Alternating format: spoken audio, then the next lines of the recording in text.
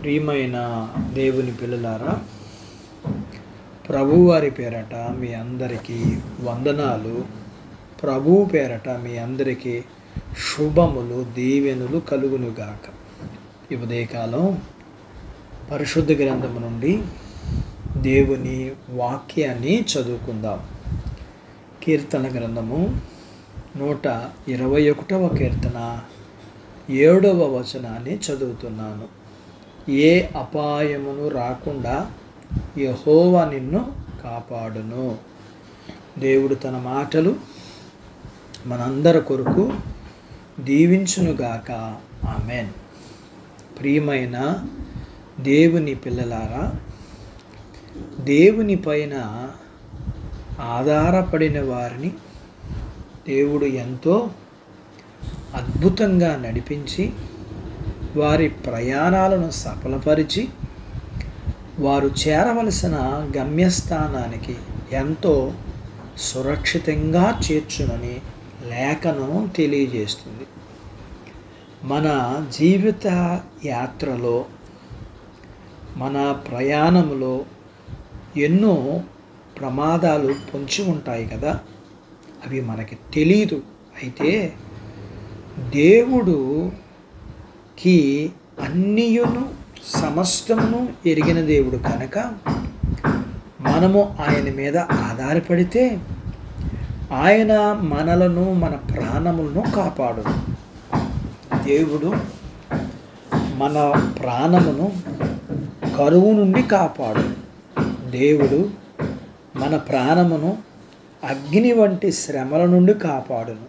దేవుడు మన ప్రాణమును దుష్టుల చేతిలో నుండి కాపాడు. ఆయన కునుకక నిద్రపోక కాపాడు దేవుడు కదా. ఇశ్రాయేలును కాపాడువాడు కునుకక నిద్రపోక కాపాడు దేవుడని లేఖనం సెలవిస్తుంది. మన జీవిత యాత్రకు ఎన్ని ఉన్నా, ఎంతమంది ఉన్నా కూడా దేవుని కాపుదల లేకపోతే ఎన్ని ఉన్నా భద్రత ఉండదు. ఈ లోకంలో ఎంతోమంది గనులను, ఉన్నతమైన వారిని చూస్తాం. వారి జీవితాల్లో జరిగిన సంఘటనలో వారు తమ జీవితాన్ని కోల్పోయిన వారిగా చూస్తూ ఉన్నాం. అయితే ఆయన మీద ఆధారపడిన వారి ప్రాణములను దేవుడు కాపాడడం చూస్తాం కదా. ఆనాడు ఈ లోక జల ప్రళయములో నోవాహును అతని కుటుంబమును వారి ప్రాణములు కాపాడింది ఆయనే కదా. హాగరు కుమారుడు ఆహారం లేక, నీరు లేక చనిపోతున్న పరిస్థితుల్లో ఆమెను, ఆమె కుమారుణ్ణి అయిన ఇష్మాయేలు ప్రాణమును కాపాడుటకు నీరిచ్చింది ఆయనే కదా. మన ప్రాణ ఆత్మలను కాపాడు దేవుడు. ఆయనకి స్తుతి స్తోత్రములు కలుగునుగాక. దేవుడు తన మాటలు మన కొరకు దీవించునుగాక. ఆమేన్. ప్రార్థించుకుందాం. మమ్మల్ని మిక్కిలిగా ప్రేమించిన మా ప్రియా పరలోకపు తండ్రి, మీ పరిశుద్ధ నామమును బట్టి మీకు వందనాలు. ఈ ఉదయకాలం మీ పాదాల దగ్గర మీ లేఖనాన్ని నేర్చుకోవడానికి సహాయం చేశారు. మీరు కాపాడకపోతే మా ప్రయాస అంతా, మా జీవితంలో అన్ని విషయాల్లో మీరు కాపాడకపోతే మా జీవితం లేదు కదా.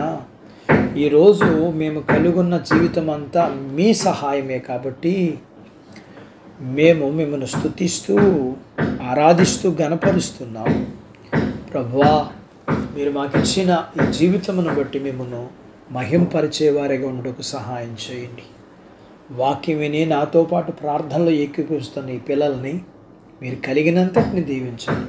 చిన్న బిడ్డలను, యవనస్తులను, వృద్ధులను, స్త్రీ పురుషులను దీవించండి. చదువులు, ఆరోగ్యాలు, ఉద్యోగాలు, పొలాలు, పశువులను దీవించండి.